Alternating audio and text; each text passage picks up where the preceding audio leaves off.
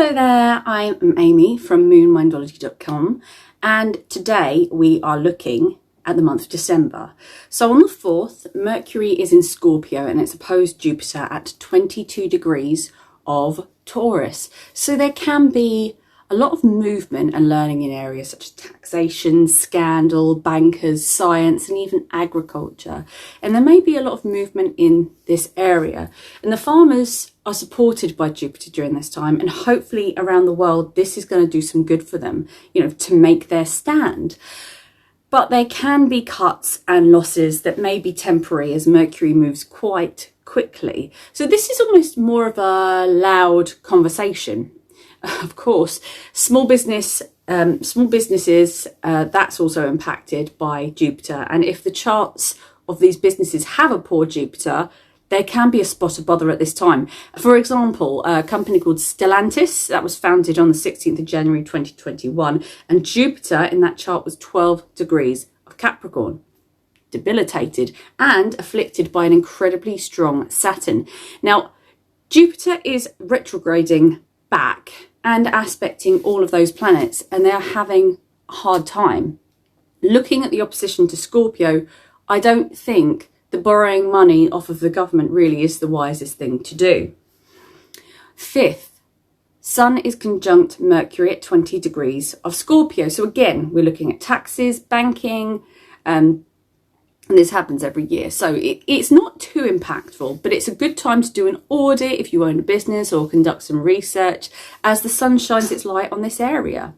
So on the 7th of December, Venus is conjunct Pluto at 6 degrees of Capricorn. And this is a yearly transit. But the important thing is that now Pluto is in Capricorn and it's going to be influenced by its energy. And Capricorn is all about government, big business, as well as authority. And when you have Pluto here, it's really unstoppable.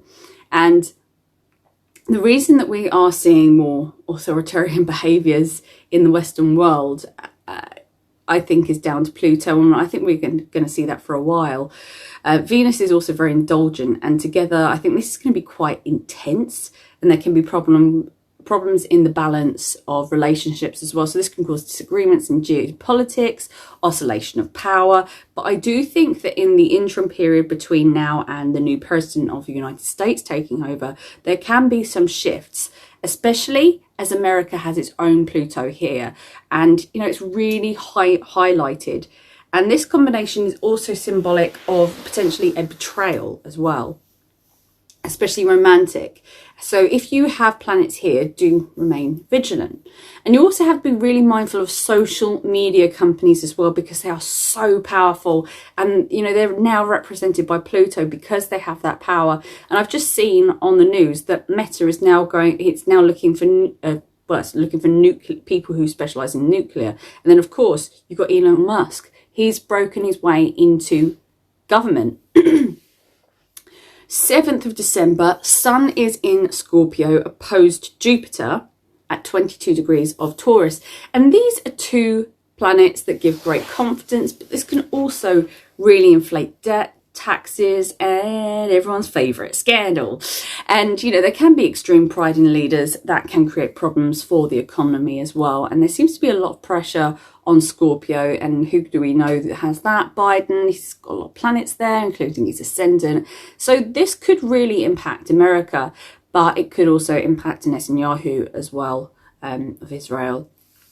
So on the 9th, K2 is in Virgo and it aspects Venus at 8 degrees of Capricorn, and K2 is going to be influencing Pluto as well as everything else being so close. And this can really impact the arms of the government, like the police, other services, and there can be potential betrayal as well. And as I said, could be America, impact the financial systems and the economy, and there can be scandals, protests. And I think overall, this is going to be quite a difficult time where people feel quite unhappy and vocal about it. On the 11th, until the end of the month, the Sun and Pluto are going to be parallel. And this can bring abuse of power and leaders who are very oppressive. And these two planets aren't conjunct in the sense that they're in the same sign, but they're sitting at the same level in the sky, which can create an influence. And they are in a 2-12 relationship, so there can be problems with gains and losses for the world leaders around this month. On the 12th, Venus is in Capricorn and it's opposed Mars at 11 degrees of Cancer. So Venus and Mars have very different energies, and there is an opposing force here as well. So this can spell trouble for family units, housing, cities, and people in general. Cancer has links to land as well, so there could be a lot of development happening around this time, and I wouldn't be surprised if this is going to impact not only America but the UK as well, as Keir Starmer has planets here. So there could be increases in mortgages, house prices, land, and also a strain on the family unit. On the 15th, Uranus is in Aries and it's quincunx the Sun at 29 degrees of Scorpio. So it's Gandanta. So there's the possibility that we could see world leaders start to get a bit angry and argumentative around this time. I do think that overall it could be something that blows over, but whether or not you are American, the president has a huge influence on geopolitics and most of the Western world, as well as relations with the Eastern world. And I think this is a time where there could be little rear-ups, potentially some military threats, and it could get a little bit serious as a leader could be acting in a very erratic way.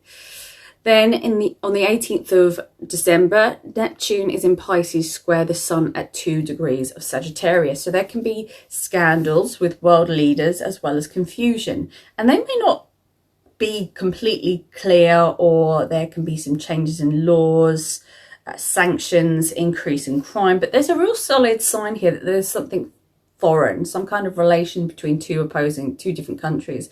And there could be something to do with the sea as well because of Neptune. And it's so strong. So there could be potentially an increase in crime. But overall, I think there can be some sort of miscommunication with a leader, which could result in some friction. On the 19th, Jupiter is in Taurus and it's trine Venus at 20 degrees of Capricorn. So this is a really nice combination, actually. And we could find that there is some kind of softening of the government, and in geopolitics, there could be a contract of some sort, or an agreement that is potentially helpful for small businesses or farmers. But if you personally have planets here, then it could be a great time to meet someone, or, you know, a point in time where you can be very creative. And there can even be the purchase of luxury goods as well. And I'd like to think that there could be some economic change. Perhaps there will be more money available to governments as well, because Venus is all about luxury.